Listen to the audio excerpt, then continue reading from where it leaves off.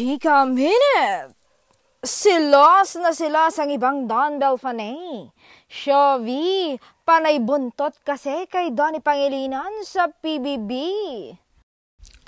Usap-usapan na trending ngayon ang pagpapa-fangirl ni Kapuso housemate Shovy kay Donnie Pangilinan. Nakatira nga ngayon ang Pilipinas Got Talent judge sa bahay ni Kuya bilang pinakabagong house guest ng Pinoy Big Brother Celebrity Edition. Pero nakalabas na nga kahapon sa lahat ng celebrity housemates na nasa nasabing bahay ay si Shovy ang aminadong may crush kay Donnie.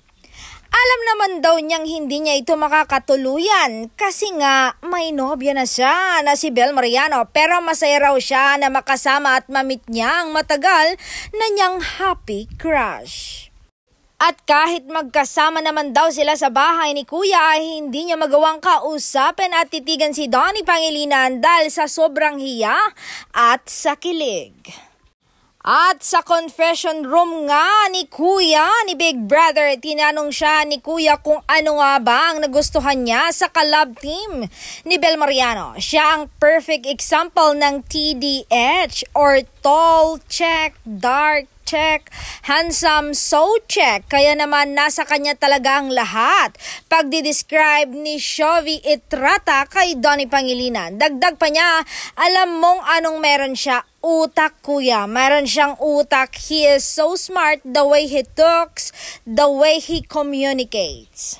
I love it. I love it so much.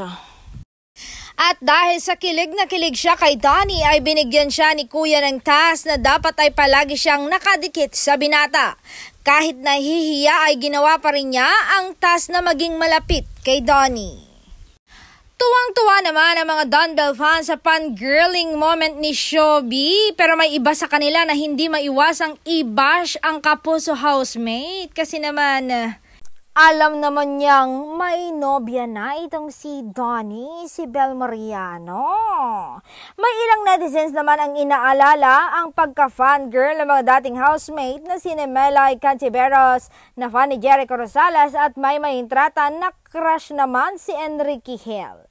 Abagan naman daw natin ang mga susunod na kabanata ang magiging interaction pa ni Donnie Pangilinan at Shovy.